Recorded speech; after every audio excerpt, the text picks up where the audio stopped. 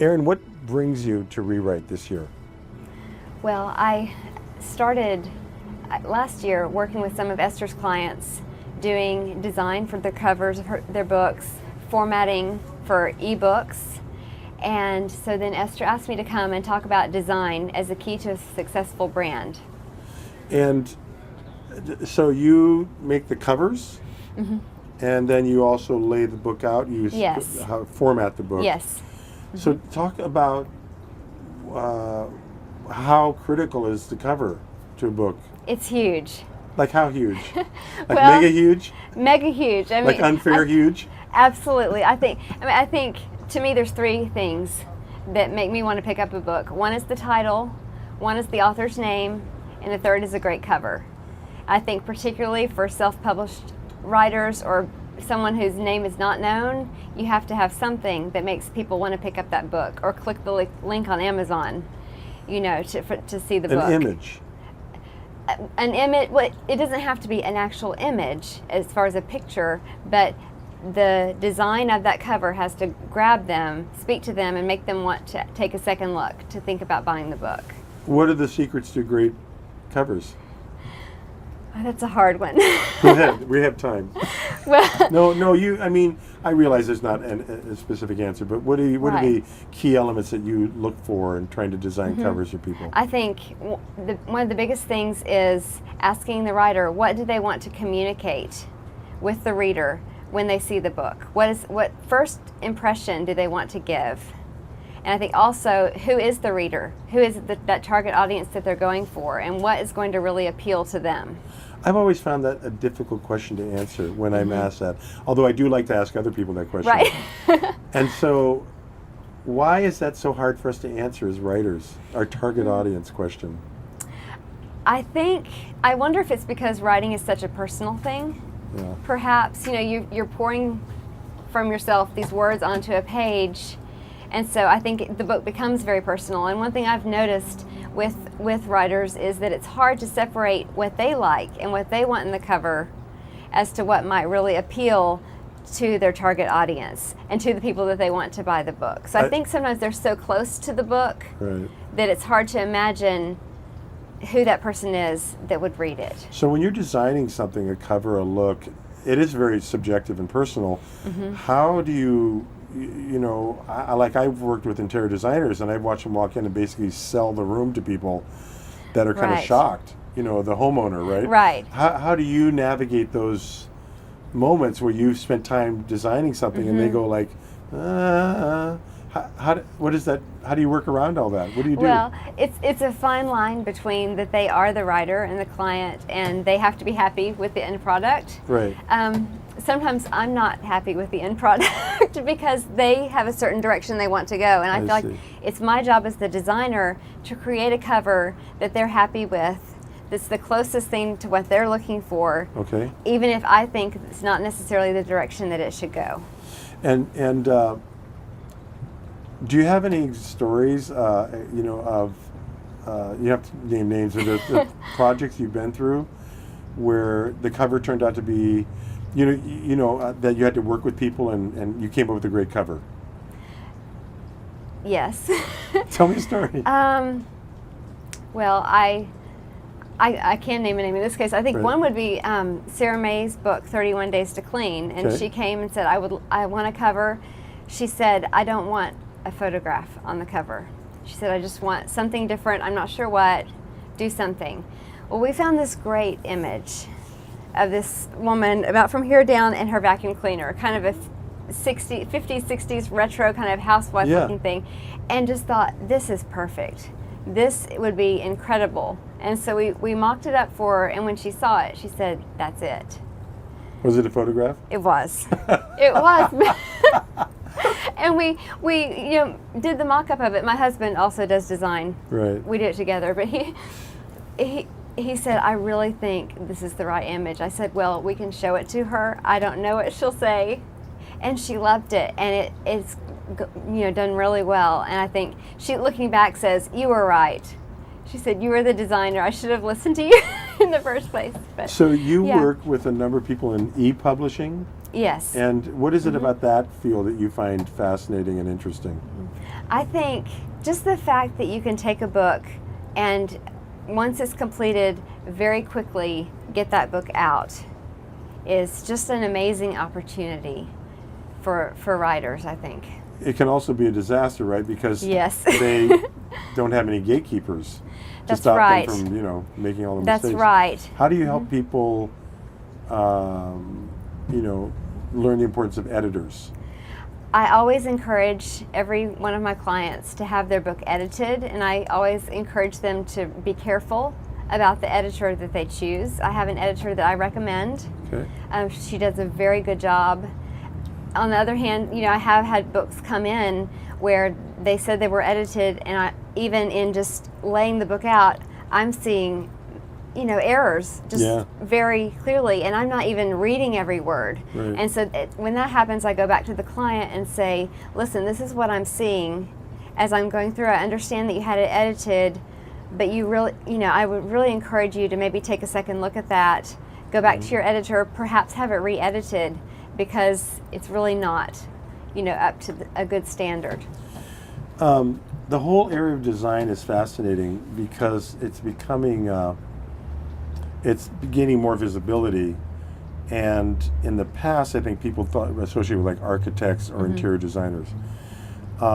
Then Apple, of course, has sort of elevated the whole notion of design and how you differentiate yourself through design.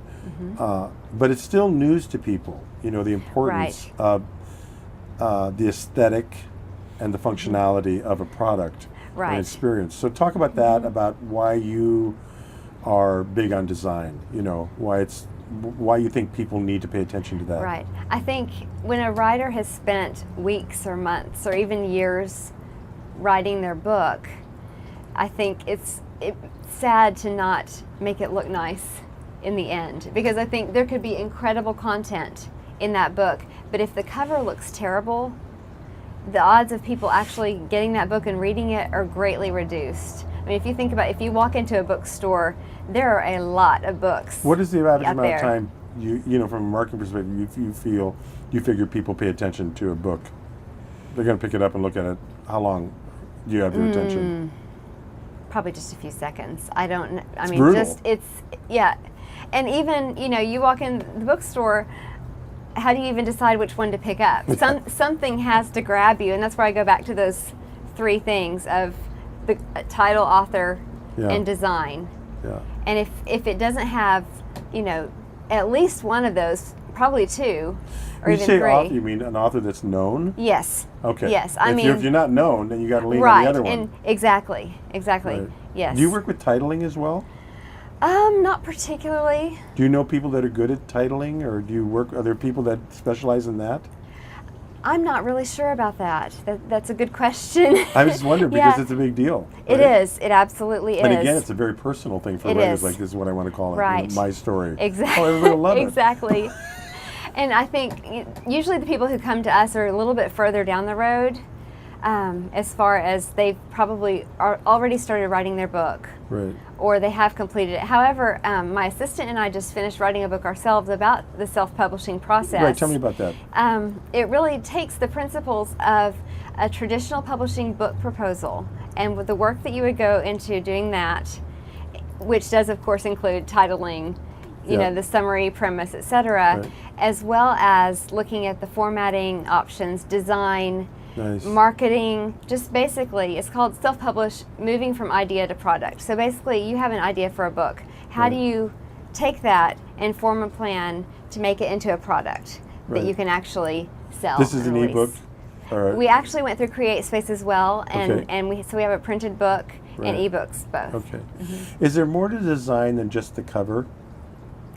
Yes. Talk about that. Yes. I think obviously the interior, the layout is important as well. I think also you look at branding the book. The cover definitely creates what the look for the book's brand.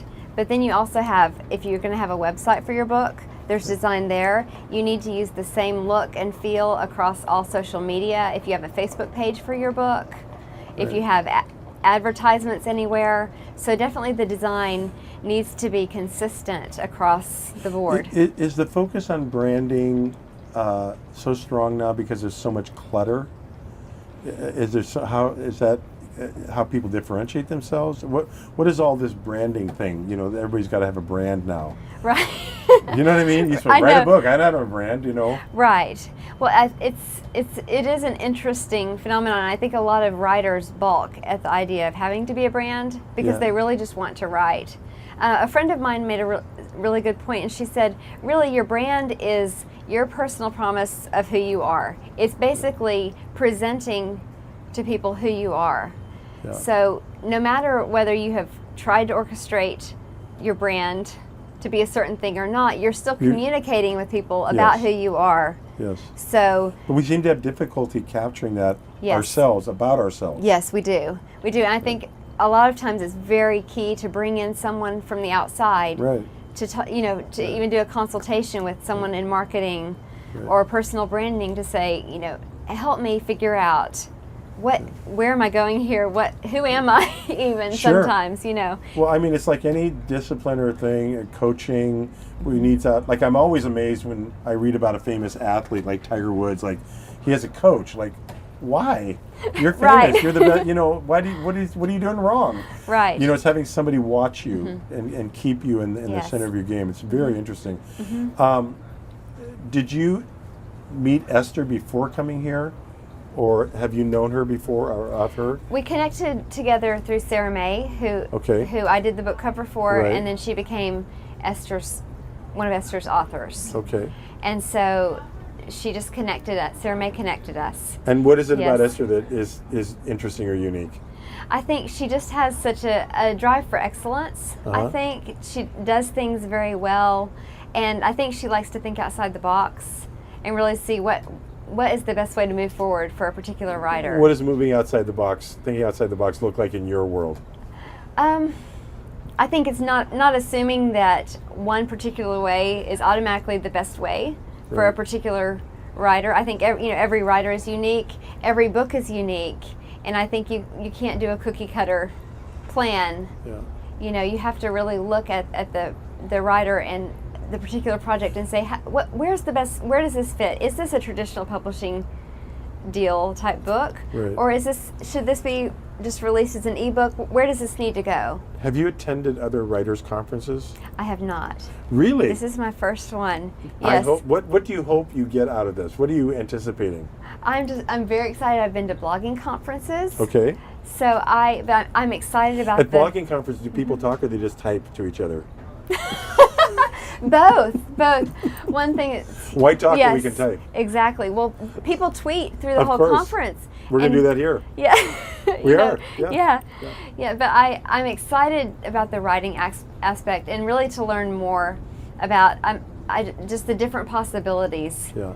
I feel like I know a lot more about self-publishing than I do about traditional publishing. That's interesting. I obviously have a lot to learn. We all do, and I'm just excited to just learn as much as I can and see how it is. Thank you so much. Thank you. It was really fun to talk with you.